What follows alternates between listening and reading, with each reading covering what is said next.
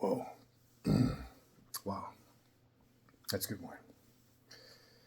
That was really good wine.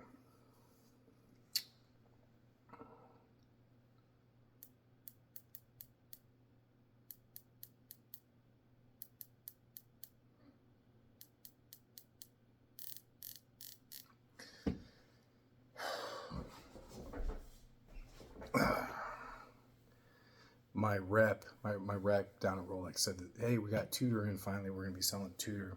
And in the city where I live, nobody really sells Tudor. And they're official Tudor AD now. So I went down there to look at them. And congratulations to me, I'm the first one in my city to buy a Tudor down from the Rolex rep, from the Rolex AD. I didn't even get, it came in the coffin. They didn't even have the boxes yet. So I need to go back and get my box. If you're a guy who's on your journey and you've spent $2,000, $4,000, go get an Omega. Like if you're on your way to Rolex and you want a good name on your wrist, get an Omega. It's shiny, it's fancy. You get that Omega name, marinate in that for about a year, and then before you go up to $10,000 or $15,000 and you get a Rolex, Tudor really does scratch the itch. I mean, I'm a guy who owns Rolex, has owned Rolex, will own more Rolex. But if you've tried on a Rolex and you love that bezel action and you feel like you want that DNA in your life, you want to have a Rolex around, but you're like, you're enjoying the step-by-step journey before you drop 10 or 15 grand on a watch, and you already like own maybe an Omega or something. I bought a Palmaz. Listen to this.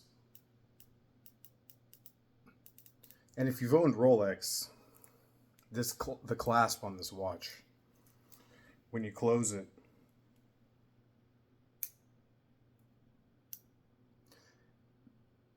this isn't like a Rolex, it's Rolex. And I'm not a guy who doesn't own Rolex, who bought a Palmaz, so it's like, this isn't Rolex. I'm a guy who owns Rolex, telling you if you are thinking about buying a Rolex and you just want to stair step up before you drop 10 or 15 and you want to drop 5 or 6, and you want that Rolex bezel action, go buy a Tudor. Anyway, got a Palmaz. This is Palmaz. You never hear about Palmaz. Me and my wife went there on my birthday. This guy invented the heart stent, and I don't know if it was Pfizer or Eli Lilly. They gave him like $1 billion, and he drilled an entire winery into the side of a mountain, commissioned these caves on the side of Mount George in Coombsville, and the whole winery is in a cave, and it's like gravity flow systems, just like the First Growth wines. And my voice is a little, the holidays, man. I had food poisoning. I won't get into it, but so Palmaz electronic fruit sorting, but hand harvested, gravity flow systems.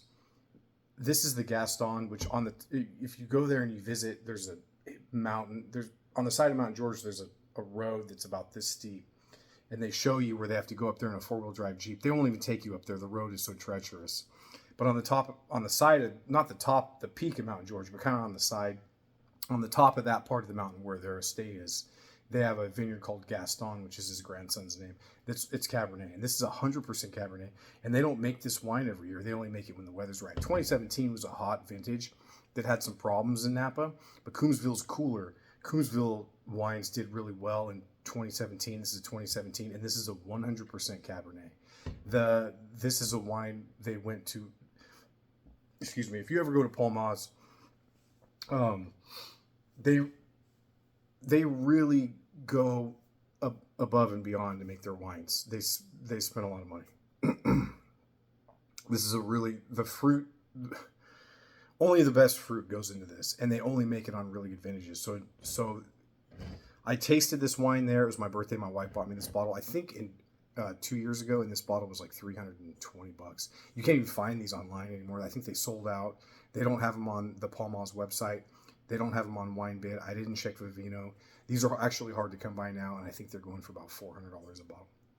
I opened this last night on New Year's Eve, and it's a 100% Cabernet. It's very dark, full-bodied.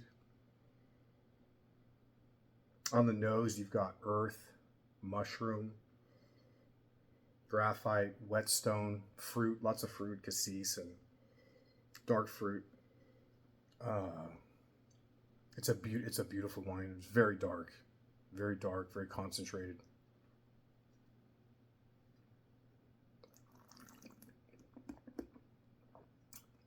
It's gorgeous. It drinks like a first growth. It's got a very French vibe to it. Very earthy. Really a wine drinker's wine. Uh, this is a wine that if you're really into wine, you want to drink it. If you're not, you don't want to spend the money on this. But for people that are into wine, this is a fascinating wine. It's an exciting wine. When you smell it, when you taste it, uh, it's... This is a wine that you know the quality of the fruit was really there when they chose the fruit to put in this wine. It's absolutely fantastic. So yeah, it's in Coombsville, which is south Napa. It's cooler weather. If you look at the heat scale in units, it's much cooler there. And this wine does well in hotter vintages. You'll see that they produce this in hotter vintages, and it outshines a lot of Napa in the vintage. For instance, in 2022, I wouldn't be surprised. I haven't checked if they put out a vintage of this, and it's much more sophisticated than most of the drinkable now 2022s that are just fruit bombs that you want to open up sooner than later because of the heat spikes and everything. I wouldn't be surprised if Gaston did really good in 2022 and outshined a lot of other wines in Napa. So if you're a connoisseur of wine, and if you like French wine, this has got a really earthy, just a little bit of barnyard,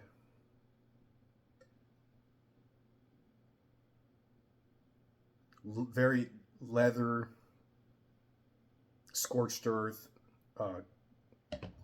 like potpourri, like dried flowers. Like this reminds me of a 2010 Ponte Canet. So if you know, you know, you know.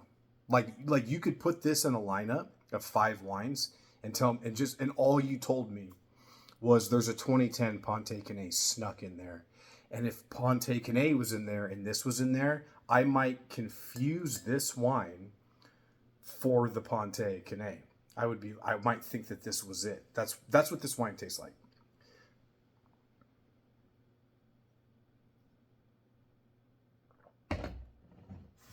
It's absolutely fantastic.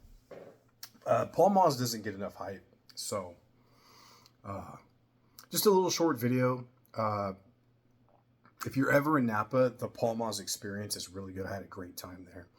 Our host showed me all around. Me and her started talking about French wine, kind of hit it off. I was really passionate. I think people that do that for a living get people there that maybe don't know that much about wine, or just are kind of bored, or they just booked a wine trip because it sounds cool. I'm not saying that I'm the best customer and that I'm the best experience, but I feel like me and her hit it off. I don't want to get her in trouble, but I paid for the regular tasting and I ended up getting the library tasting because it was like 5:30. We've been there like 2.5 hours and me and her were just chatting it up. My wife's a sport too because she's just sitting there. She don't care about wine. And she's just sitting there and me and this chick are just... And she called her husband. She's like, "Oh, this guy's here and he's asking about French wine. Which years of Louisville Barton do we have? And which years of the Oberon do we have?" And he said, "Oh, we got this and we got this in our cellar. And this is what we had the other night." And I'm getting all pumped up. And she says, wait. And she comes out and she brings this, which is from the library tasting, which is a $250. I think I paid $150. The library tasting at Palmaz is like $250. And she goes out. She's got the Corvin, and she comes out with the bottle, and I'm like, oh, she's gonna give me the library tasting, and she dumps it out and she lets me taste it. And I actually think I was drunk. I knocked a glass over and broke it and everything, but we had a great time. I left Palmaz. Our host was so good. It was my birthday, and I remember leaving and the sun was setting. You could kind of see the whole Coombsville.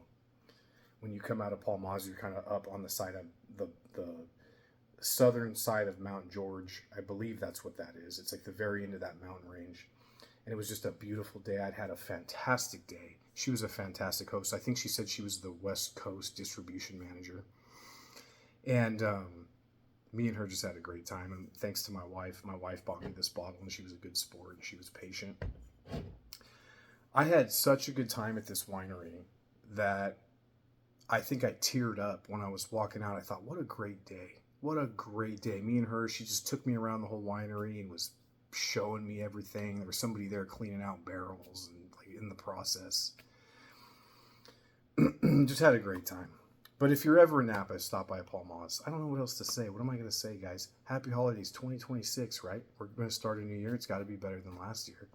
Not that last year was bad. Love you guys. I'm going to go downstairs and enjoy the rest of this bottle. Thanks for being with me. And catch you next time.